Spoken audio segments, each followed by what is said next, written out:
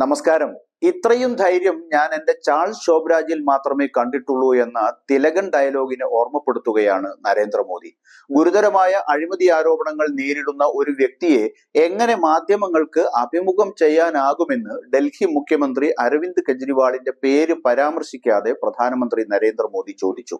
News 18 നൽകിയ പ്രത്യേക അഭിമുഖത്തിൽ പ്രധാനമന്ത്രി മോദിയോട് കെജ്രിവാൾ എങ്ങനെയാണ് തന്റെ ജാമ്യത്തെ വിജയമായി ചിത്രീകരിക്കുന്നതെന്ന ചോദ്യത്തിന് ജാമ്യത്തിൽ കഴിയുന്ന ഒരാൾക്ക് മാധ്യമങ്ങൾക്ക് എങ്ങനെ അഭിമുഖം നൽകാനാകും എന്ന് പ്രധാനമന്ത്രി തിരിച്ചു ചോദിച്ചു. ഇങ്ങനെ പറയാൻ നരേന്ദ്രമോദിക്ക് അവകാശമുണ്ടോ എന്ന് മാത്രം ആരും ചോദിക്കരുത്.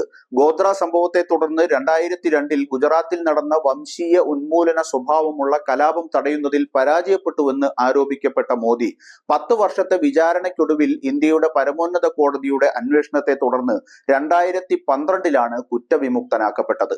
അക്കാലത്ത് ഗുജറാത്ത് കലാപത്തിന്റെ പേരിൽ അമേരിക്ക മോദിക്ക് വിസ നിഷേധിക്കുന്ന സാഹചര്യം വരെയുണ്ടായി. ഇതൊക്കെ അദ്ദേഹം മറന്നുപോയത് കൊണ്ടാവാം കുറ്റപത്രം പോലും നൽകിയിട്ടില്ലാത്ത വിചാരണ തടവുകാരൻ മാത്രമായ കെജ്രിവാളിനെതിരെ ജാമ്യകാലത്ത് സംസാരിച്ചതിനെ പ്രശ്നവൽക്കരിച്ചത്.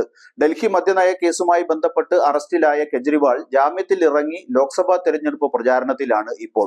താൻ എത്ര നാൾ ജയിലിൽ കിടക്കുമെന്ന് പ്രധാനമന്ത്രി മോദിക്ക് മാത്രമേ പറയാൻ കഴിയൂ എന്ന് അരവിന്ദ് അടുത്തിടെ ഒരു അഭിമുഖത്തിൽ പറഞ്ഞിരുന്നു. എന്നാൽ ആ അഭിമുഖത്തോട് പ്രതികരിച്ച മോദി, ഒരു വിദ്യാർത്ഥി കോപ്പിയടിച്ച് പിടിക്കപ്പെട്ടാൽ അവനെ 1 മാസത്തേക്ക് സ്കൂളിൽ നിന്ന് സസ്പെൻഡ് ചെയ്യുകയും മാതാപിതാക്കൾക്ക് അത് നാണക്കേടുണ്ടാക്കുകയും ചെയ്യുന്ന ഒരു കാലമുണ്ടായിരുന്നു എന്ന് പറഞ്ഞു. ഇത്തരത്തിലുള്ള കാര്യങ്ങൾ സമൂഹത്തിൽ തെറ്റായി കണക്കാക്കപ്പെട്ടിരുന്നു. എന്നാൽ ഇപ്പോൾ ഗുരുതരമായ ആരോപണങ്ങൾ നേരിടുന്നവർ ആഘോഷിക്കപ്പെടുകയാണെന്ന് പ്രധാനമന്ത്രി പറഞ്ഞു.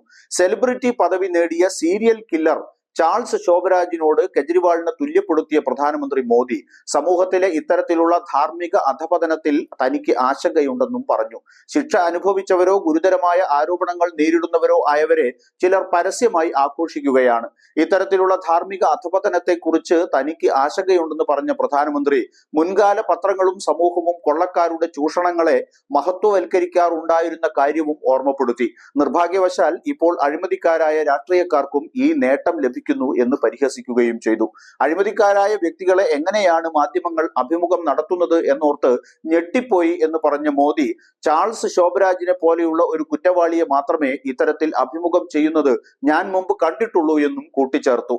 AAPക്ക് വമ്പിച്ച സ്വാധീനമുള്ള പഞ്ചാബ്, ഹരിയാന, ഡൽഹി എന്നീ സംസ്ഥാനങ്ങളിൽ തിരഞ്ഞെടുപ്പ് നടക്കുന്നതിനിടെയാണ് മോദി കെജ്രിവാളിനെതിരെ ആഞ്ഞടിച്ചത്. ചരിത്രം മറന്ന് ജനങ്ങൾ അദ്ദേഹത്തിന്റെ വാക്കുകൾക്ക് ചെവി കൊടുക്കുമോ എന്ന് ജൂൺ 4 അറിയാം.